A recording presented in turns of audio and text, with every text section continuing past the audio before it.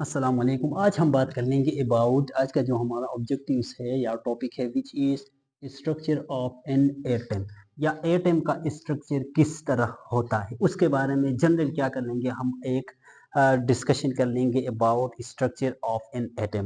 अब जो हमारे पास स्ट्रक्चर ऑफ एन एटम आजकल जो हमारे पास है इसके ऊपर क्या हमने वैसे ही यार स्ट्रक्चर ऑफ एन एटम हमारे पास नहीं आया है। इसके ऊपर क्या क्या डिफरेंट साइंटिस्ट ने उसके ऊपर क्या क्या इसके ऊपर हमारे पास क्या क्या काम किया एटम के ऊपर उन्होंने काम किया और इसको डिस्कवर किया। यानी डिफरेंट साइंटिस्ट ने क्या किया टाइम टू टाइम क्या किया उसके ऊपर उन्होंने क्या किया। डिफरेंट साइंटिस्ट ने वार किया, वार कर लेने के बाद डिफरेंट पार्ट्स को या डिफरेंट उसके अंदर जो एटॉमिक पार्टिकल सब एटॉमिक पार्टिकल जो कोई भी न्यूक्लियस वगैरह होते हैं डिफरेंट टाइम में वो क्या हो गए वो डिस्कवर हो गए।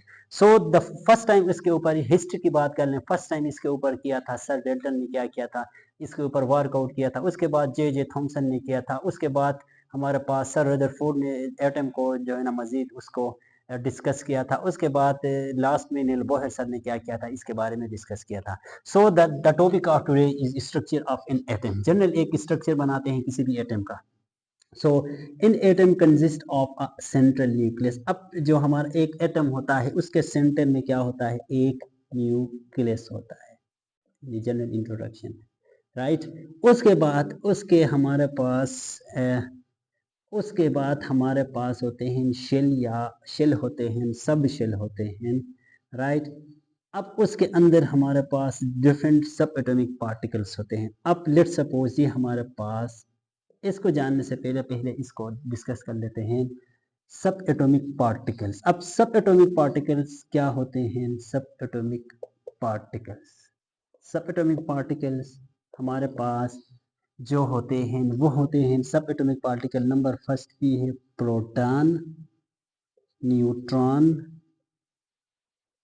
And electron. अब ये जो तीन होते हैं इन तीनों को हम कंबाइंडली सब एटॉमिक पार्टिकल का नाम देते हैं। यानी इलेक्ट्रॉन हो गया, प्रोटॉन हो गया और न्यूट्रॉन हो गया, इन तीनों को कंबाइंडली हम सब एटॉमिक पार्टिकल्स का नाम देते हैं।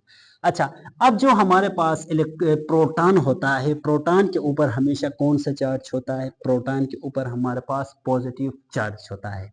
अब प्रोटॉन के लोकेशन की बात कर लें तो प्रोटॉन कहाँ पे होते हैं, न्यूक्लियस के अंदर होते हैं। क्या हो जाते हैं, प्रोटॉन के ऊपर पॉजिटिव चार्ज है और न्यूक्लियस के इनसाइड होते हैं। Number second we have neutron. अब न्यूट्रॉन के ऊपर कोई चार्ज नहीं होता, यानी ये न्यूट्रल होते हैं, ना पॉजिटिव चार्ज इसके ऊपर होता है ना नेगेटिव चार्ज होता है। और ये भी इनके लोकेशन की बात कर लें, ये भी कहाँ पे होते हैं, न्यूक्लियस के अंदर होते हैं। यानी अभी तक हमने क्या डिस्कस कर लिया, subatomic particles. Number first we have proton, proton कहाँ पे होते हैं, न्यूक्लियस के अंदर होते हैं और इसके ऊपर कौन सा चार्ज होता है, पॉजिटिव चार्ज होता है।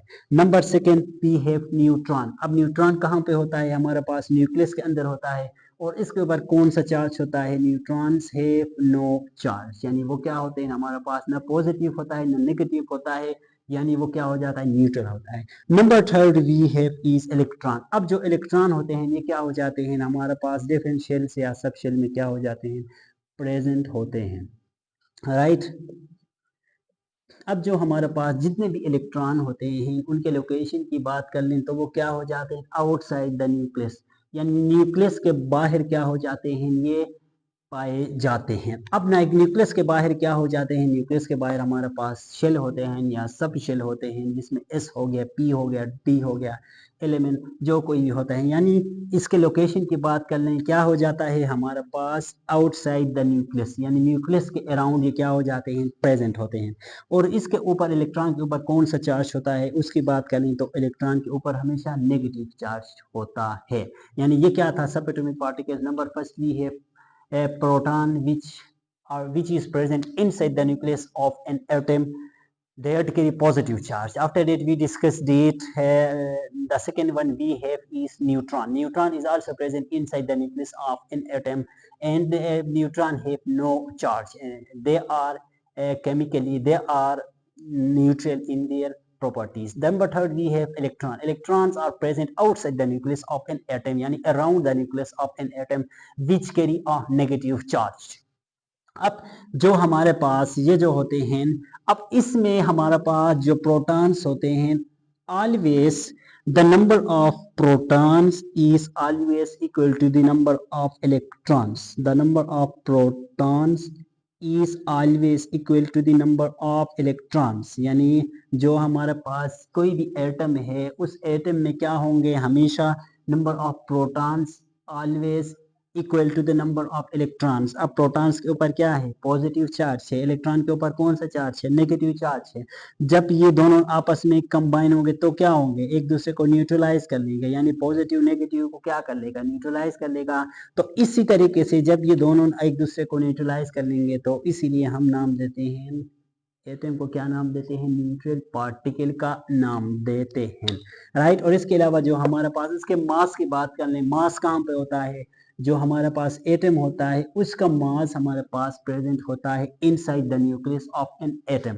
यानी इसका मास के जो प्रोटॉन्स होते हैं और न्यूट्रॉन्स होते हैं उसका मास क्या हो जाता है, ज्यादा हो जाता है as compare to that of electron. इसीलिए इसका मास कहाँ पे होगा, एक एटम का मास हमेशा उसके न्यूक्लियस में क्या होगा, ज्यादा होगा, राइट। सो एक होते हैं हमारे पास एटॉमिक नंबर हो गया, मास नंबर हो गया, और इसके अलावा डिफरेंट साइंटिस्ट ने इसके ऊपर एक्ट किया, वर्क किया था, वो इंशाल्लाह नेक्स्ट लेक्चर में क्या हम डिस्कस कर लेंगे। आई होप सो कि ये लेक्चर आपको क्लियर हो गया होगा। बेसिक जितने भी बेसिक था एटम के बारे में उसको मैंने डिस्कस किया। So thanks for watching.